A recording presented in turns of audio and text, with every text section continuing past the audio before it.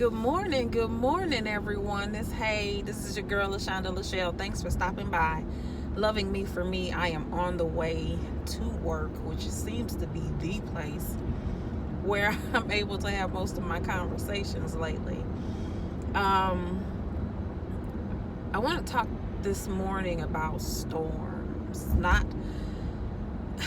the effect it can have on us. A minister from church did a teaching on them, and I was going over my notes a couple days ago, and I just so happened to be talking to one of my good friends yesterday, and she and I broke my earring, y'all. She and I began to talk about what I was going over and what I'd learned, and then as I was going over my notes, I learned that the content was pulling out more to me. What are you talking about, LaShonda? Okay, I'm gonna here go. While storms, we know storms, they come during seasons, but what was resonating to me was the storm just doesn't appear. They're warning signs. They're warning signs that allows us time to prepare for the type of storm that's coming. I know when that stuff happens, it can cause us to panic. But my granny always said, well, God rest her soul, she used to say, when you panic, you can't think. So it robs you of your ability to reason. Panic does. So in preparation, we have to figure out what type of storm it is and prepare based on the type of storm that's coming. When we prepare and the storm does, if we're prepared when the storm hits, I was going to take that light off. See, look at God. If we're prepared when a type of storm hits, it doesn't take away the fear from what the damage it could do. It just simply assures us to a point that we've done all we can do. And we have to ride it out and respond accordingly. I know for myself, there are times when I thought the storms were meant to kill me. They take something away from me.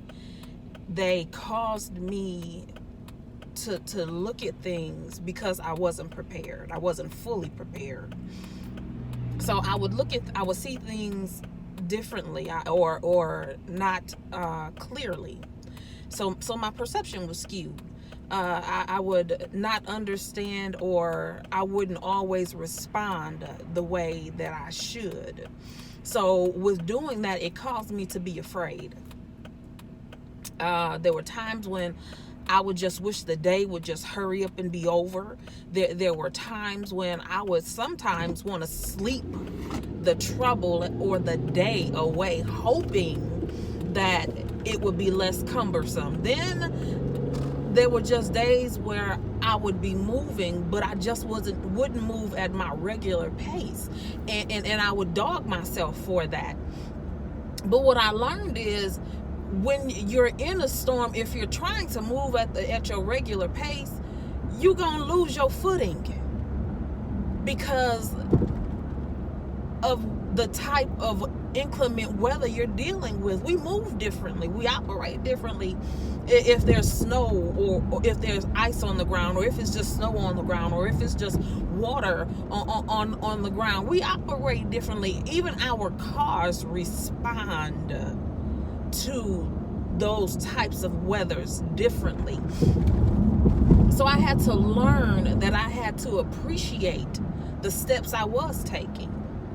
Because when it all boiled down, I was never in the same spot I was in. And the whole time I was talking, I had to remind myself not to dog myself. So I had to tell myself and even tell the Lord, okay, well, you're going to have to help me in my unbelief, because I know you said you'd never leave me nor forsake me. I know you told me that this thing would work out for my good. I know you told me that you wouldn't allow anything more on me than I could bear, but I see this thing as a detriment and not an enhancement or a help to me. So he helped me yesterday while I was talking to my friend, and she and I were talking. A lot of times those storms come, they just don't hit the surface. They go beneath the surface. They deal with what's beneath the earth's geography. They don't just tear up the things that are the houses or what's on the land, but they deal with what's underneath, breaking up fallow ground or rejuvenating that which was dead.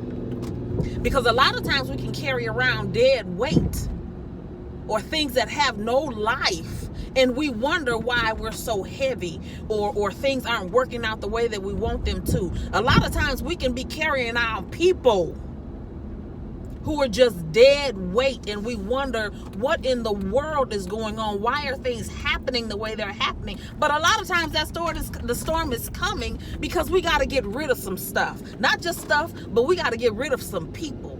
And then even with the storm comes, sometimes it changes things in us.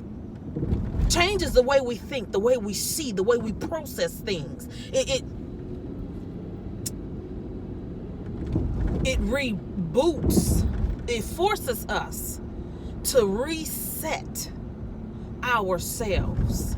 It forces us to focus on where our help comes from. The author and the finisher of our faith, knowing that he would not withhold any good or perfect thing from us, knowing that he wouldn't do anything to us that is not beneficial to us, not just for ourselves, but for the people that are around us, connected to our ministry and our purpose, our destiny in life. These are things that we were talking about, and I said, oh my God. I said, we talk about how we want the Lord to enhance us, to enlarge our territories, but we don't want the cost. We don't want to go through what we have to go through in order to get what we're asking for, because of the pain that is going to cause us in the process. We don't want to deal with that part because it takes away from us. But I'm here to tell you as a witness, because of the storms, thank you, Jesus, I have been able, not just when I get inside of my own head, I have to tell myself, LaShonda, girl, go sit down somewhere. And a lot of times I've gotten to the point recently where I'm willing to walk away from things because I'm a control freak. I'm a control freak, and I have the habit of trying to help God out. I do, and I know he don't need my help. I be trying to help him out. So I told him, I said, you know what, Lord, I told him just recently. I said, Father, I trust you so much that I am willing to walk away from this thing that I know that you have destined for me, just so that you can do what you want to do with it. And because I know it's for me and it's mine, I'm willing to walk away from it so that you can bring it back to me when I'm ready to handle it. I'm willing to walk away from it so that I can free you to do everything that you're supposed to do, and I can concentrate on the things that I'm supposed to be concentrating on. Myself, preparing me for what he has for me. Y'all, I love y'all so much. I love you so much. I love God even the more. He is my life. He is my help. He is all there is. And faith is the only thing that's going to get us closer to him, that's going to not rob us of what he has for us. I bid to you today that the problems and the delay that we have been having has not been because of us. It's not been because of God, but it has been because of us. Our response to the storm has not been accordingly.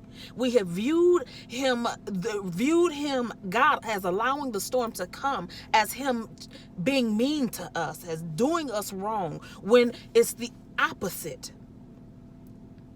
In order to get things, you have to declutter.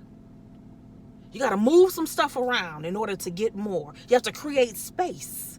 Prepare your environment to receive the thing that you've been asking for. And that includes our temples, our beings, mind, body, soul, and spirit. We got to get it all together. It has to meet. It has to meet. I told a mentor yesterday. She said, "You're looking good, LaShonda. I see the Lord working. I see his hand on your life." And I told her, I said, "Yes, ma'am."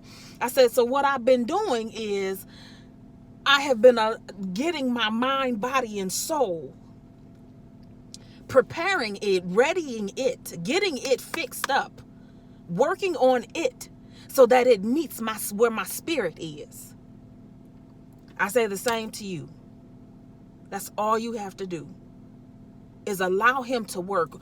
Take your hands off of it. Stop looking at it. Stop concentrating on it. And every time you become weary and well-doing, just remind him, "Lord, I need help in my unbelief. It's not that I don't think you can do it. It's not that I don't know you can. I just need you to help me in my unbelief." And I promise you he'll show up because he loves you just that much. It is out of love and for love that you were created. And you weren't just created, you were created in his image. Fashioned specific, designed specifically for what his purpose that he intended for you. And he didn't just stop there. He took of himself and placed all of him in you. So be confident, knowing that you are equipped with everything you need to accomplish everything you endeavor. The sky is the limit. My question, are you free enough to let go, to fall, so that he can catch you? Last thought.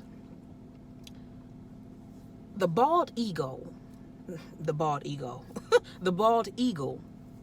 fascinates me.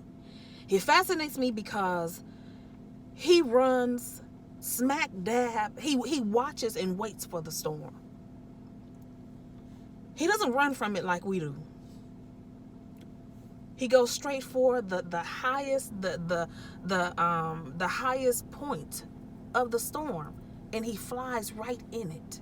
The eye of it. He does. And even though he knows doing that can cost him at times all of his feathers, he does it anyway. But when his feathers grow back, they are tougher and stronger than the ones that he lost. Not only does his feathers are strengthened, but so is his structure, his body structure. Structure is stronger. That's why he's the most feared and alpha bird that exists.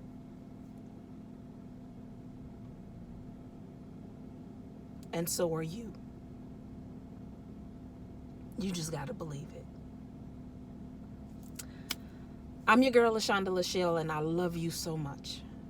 Thanks for stopping by, loving me for me. Until next time, I love you, but God loves you most. Bountiful blessings.